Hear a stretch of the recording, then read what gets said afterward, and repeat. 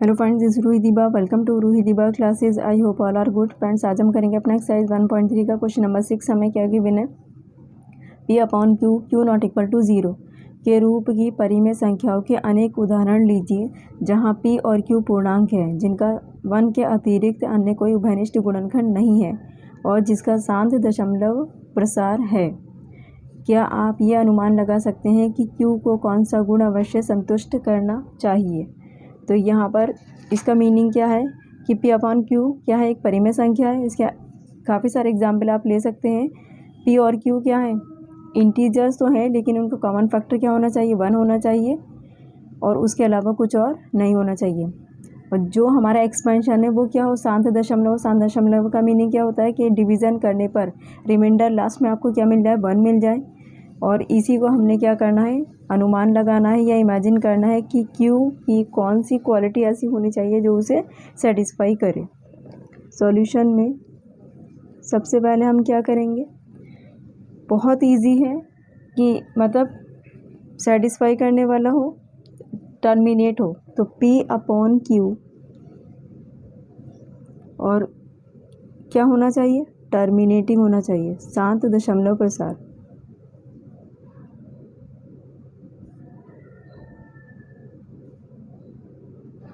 Terminating का meaning क्या होता है हमारा, अनवसानी होना चाहिए, अनवसानी आवर्ती होनी चाहिए। नेक्स्ट हम क्या करेंगे, Q की प्लेस पर ही चाहिए हमें जो नंबर चाहिए, तो हम क्या लिखेंगे यहाँ पर, Q is equals to, factor क्या होने चाहिए Q की प्लेस पर, 2 इंटू 2 इंटू 2 इंटू 2, कितने टाइम भी हमारा 2 रिपीट हो सकता है। Next Q is equals to 2 के अलावा क्या होना चाहिए, 5 इंटू 5 इंटू 5 इंटू 5, रिपीट कर लीजिए आप, और जितने टाइम लिख सकते हैं, लिखना चाहें लिख सकते हैं। नेक्स्ट बार बार क्या आ रहा है हमारा, Q की प्लेस पर हमने 2 लिया या Q की प्लेस पर हमने 5 लिया, या फिर हम Q की प्लेस पर क्या लिख सकते हैं, 2 और 5 दोनों के मल्टीपल लिख सकते हैं। Then 2 into 2 into 2 into 5 into 5 into 5 and so on, आप और भी टाइम आगे लिख सकते हैं। तो इसे हम क्या कहेंगे कि हमारा क्या होना चाहिए, Q इज इक्वल्स टू 2 की पावर m इंटू 5 की पावर n की फॉर्म में होना चाहिए।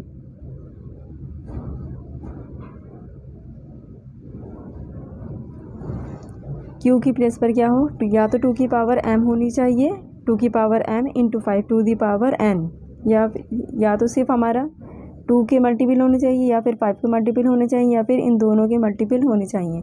तो 2 इंटू 1 आप लिख सकते हैं, 5 इंटू 1 आप लिख सकते हैं। तो इन दोनों में कॉमन क्या हो गया आपका, 1।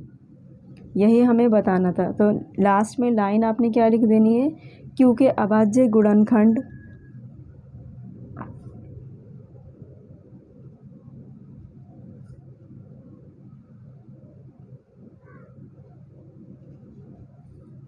में केवल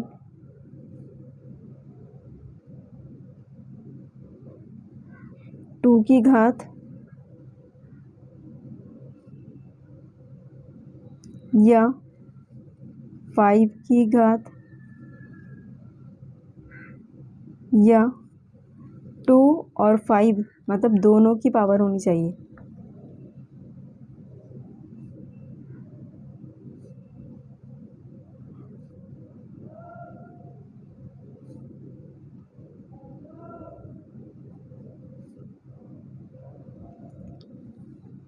अब हम करेंगे अपना क्वेश्चन नंबर 7। क्वेश्चन नंबर 7 क्या है हमारा, ऐसी 3 संख्याएं लिखिए जिनके दशमलव प्रसार अनवसानी अनावर्ती हो। अनवसानी का मीनिंग क्या होता है, इंग्लिश में कहेंगे हम इसे अनवसानी, तो टर्मिनेटिंग, और टर्मिनेटिंग का मीनिंग अभी हमने ऊपर ही बताया था आपको कि जो कभी ख़त्म ना हो।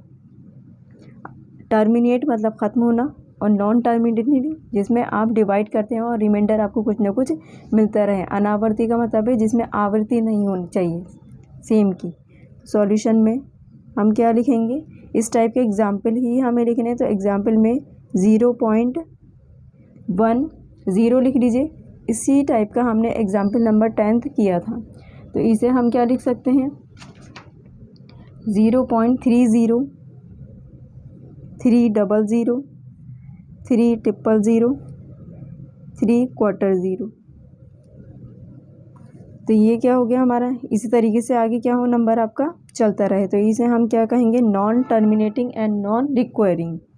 नेक्स्ट एग्जाम्पल आप लिख लीजिए 0.310, 3100, 3100, 3/4 एंड सो ऑन। इस तरीके से क्या नंबर हमारा चलता रहे। 3 एग्जाम्पल हमने क्या लिखनी है, 3 संख्याएं लिखनी है। तो 2 तो हमारी हो चुकी है। नेक्स्ट आप क्या लेंगे, 3 2 ले लीजिए या 3 5 ले लीजिए, कुछ भी ले सकते हैं, या फिर इसकी प्लेस पर कोई और नंबर भी ले सकते हैं। 1 5 ले लीजिए आप। तो हमने यहाँ क्या लिखा है, 3 लिखा है, 320, 320 पॉइंट करना है, 3200, 3200, 3/4 ज़ीरोज़ की नंबर हमारी क्या हो रही है, क्वांटिटी जो है वो इंक्रीज़ हो रही है, एंड सो ऑन। तो ये हो गई हमारी ऐसी 3 संख्याएं जिनके दशमलव प्रसार क्या हो गए हमारे अनुसानी अनावर्ती। तो यहाँ पर हमारा क्वेश्चन नंबर 7 कंप्लीट हुआ। फ्रेंड्स, वीडियो आपको पसंद आया तो प्लीज़ लाइक शेयर सब्सक्राइब कर दीजिएगा, और अगर आपको कोई भी डाउट या प्रॉब्लम हो तो आप हमें कमेंट बॉक्स में कमेंट कर सकते हैं। मिलते हैं नेक्स्ट वीडियो में नेक्स्ट क्वेश्चन के साथ में। Thank you so much for watching video.